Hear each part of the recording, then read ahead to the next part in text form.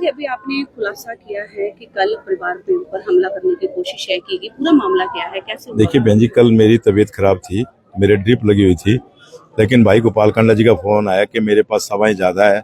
कुछ सवाएं मेरी थी जो भाई गोपाल कांडा जी ने की, तो उस कारण वो लेट हो गए। बोले अगर आपकी तबीयत ठीक, अगर आप जा सकते हैं तो 2 सवाएं आप कर ले। मैंने 1 सवा धवल कांडा जी को दी कि आप तेजा सिंह ढाणी में जाएं, और बाजीगर मोहल्ले में मैं जाता हूँ, दोनों सवाएं हम साथ साथ कर देंगे क्योंकि लेट हो रहे हैं और लोग बैठे हैं, बहुत भारी भीड़ है। जब मैं बाजीगर मोहल्ले से सभा करके निकला और भाई धवल कांडा जी वहाँ तेजा सिंह ढाणी में पहुंच चुके थे, जब मैं हमारे बाबा तारा कुटिया की तरफ, मैं घर की तरफ जा रहा था, तो नहर के ऊपर ही मैं पहुंचते ही मुझे किसी का फ़ोन आया कि धवल कांडा जी पर हमला करने वाले 5 हमलावर वहां पहुंच गए हैं, आप उनको कैसे कंट्रोल करेंगे, आप देखिए। हमने तुरंत गाड़ियाँ मोड़ी और हम भी वहां मौके पे पहुंचे। मेरे साथ इंद्रोस गुजर जी थे, इन्होंने जाकर उनकी पहचान की, वो उनको समझ में आ गया, वो वहाँ आगे पीछे होते रहे। ये भी हमारी जो टीम थी वो आगे पीछे होती रही उन हमलावरों से हमें बचाने के लिए। लेकिन जब उसके बाद धैर्य कांडा को भी पता चला, वो भी मौके पे वहाँ पहुँच गए, हम तीनों वहाँ पहुँच गए और हमारी जो टीम पूरी थी, और उन हमलावरों को 4-5 हमलावर वहाँ खड़े रहे तैयारी करके कि किसी टाइम कैसे भी कोई मौका मिलेगा।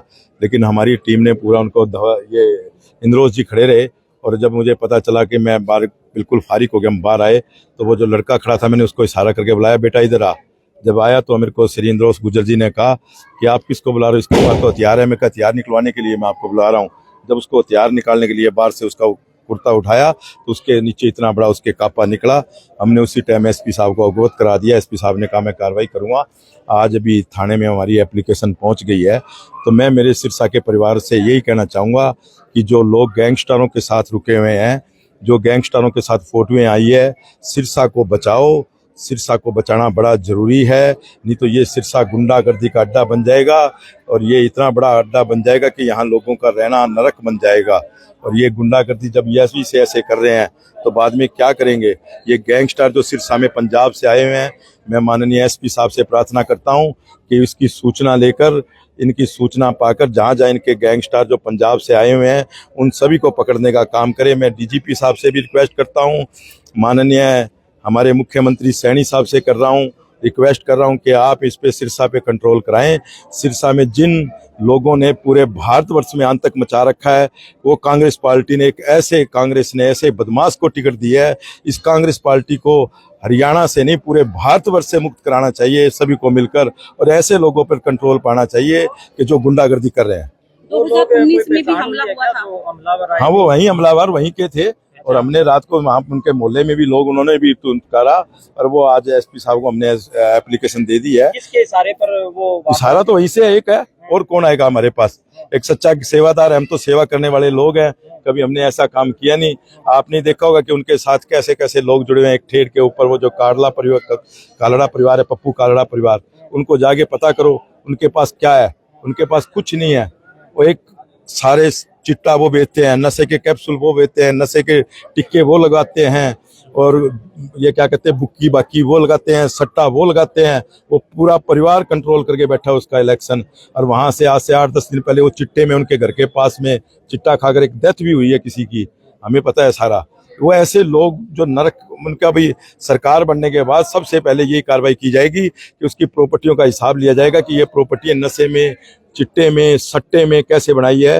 उन जैसे पहले लोगों पे जहाँ पे कब ये काम किए हैं जिन्होंने, वहाँ पे ऐसे इसकी कांडा कॉलोनी में कोठियाँ हैं, ठेड पे है, जहाँ भी इसके सब पे बुलडोजर फिराया जाएगा और इसको अंदर करवाया जाएगा। लोग ऐसे यहाँ बैठे हैं जो नशा खुलेआम हमारे बच्चों को नशा दे रहे हैं, और हमारे बच्चे घर से, हमारी माँ बहनों से, हमारे परिवार से जो दूर जा रहे हैं, वो इनका ही कारण बनता है। नहीं तो ये सरसा एक ऐसा बंडा बन जाएगा। मैं मेरे परिवार से यही प्रार्थना करता हूँ कि आपके पास एक अच्छा सच्चा सेवादार है, एक गैंगस्टर ग्रुप, आप किसको चुनना चाहेंगे, वो सिरसा की मालिक से जानते हैं। और अभी मेरे को कुछ दिन पहले भी पता चला कि भाई अपना जो एक वो बेदी भाट है, उस पे लोग रोज कल भी उसकी एक वीडियो मैंने देखी कि उसको लगातार कैसे लोग धमकियां मार रहे हैं, कैसे लोग गालियां बक रहे हैं सरियाम।